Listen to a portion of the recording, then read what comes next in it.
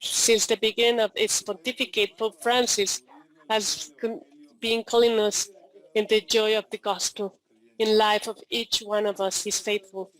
It is nothing but to put in place those principles not completed from Second Vatican Council.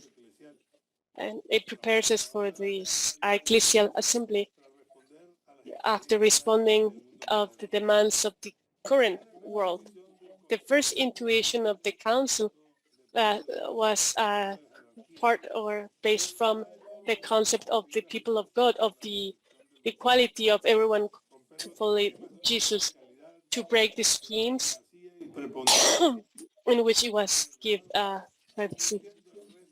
Turning the rest of the baptized, it was a great jump that has not been easy to understand, but has made its way with.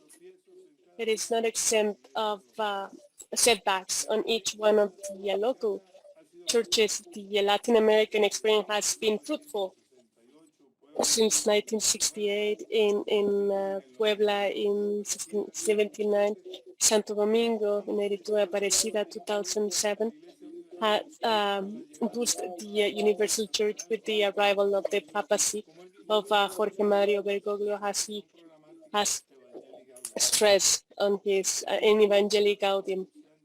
The council that has been announced by Paul VI has given the demands of the Petrine ministry. The history reminds us that these conciliar councils will not be automatic. There's a need to set in motion these processes. It's the only way to have a real conversion of the heart and of mindset. It's not just simply a transformation of a norm or a standard, but also this is a concept that have been given. And aware of this, Pope Francis points out at the beginning of his that the old legacy of the current world it is sad to see so much individuality of the unhealthy search of pleasure. And when the interior life is closed in our own interest, there's no space for the others. There's no space for the poor. There's no space for the word of God. It is not rejoice and in its love. And faithful also are at risk of that. They turn into a resentment and complaining. This is not the wish of God for us. This is not a life in the spirit lived in the heart of with the resurrected or rising Christ, with Constitution Gaudium et Spes, in which we assume the only identity, the one identity, the joys and hopes, as well as the sadness and anguish. These are not that indifferent to the eyes and ears of Christ. As everyone knows, in continental, local, and universal churches of the concrete realization in which these pastoral and theological have been well known and will be part, I'm sure, of this seminar. One of the expressions of the ecclesial renewal has been the assumption of the Bishop Conference. These are legacy of the popular life of the Church with a universal perception that wasn't there before. It is normal to implement concrete realization that gives that a body to that we seek in synodality and ministeriality, meaning synodality refers to walking together, and ministeriality is to give a visible body to that. And now we turn into a different state, how to make decisions in light of the consensus and agreements within the Church. One of these instruments in the Synod for bishops. Pope Francis has presented the need to have not only in episcopal but also in which has for this to be a reflection of, a reflect of the dreams of all baptized, for everyone to feel included and work, and to put on the table what happens in thousands of communities throughout the world.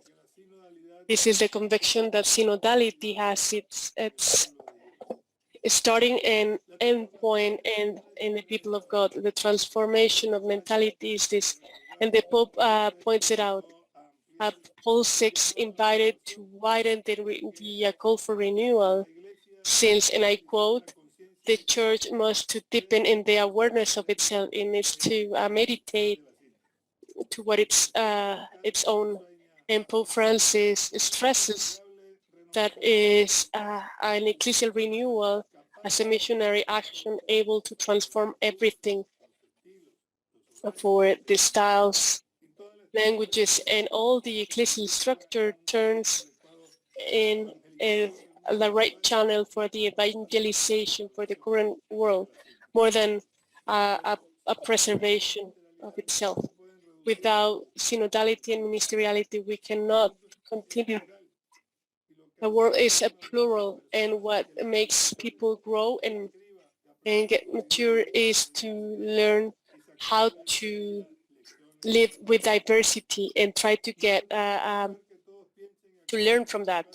It is not about making everyone think and act as the same way as we do, but in confrontation,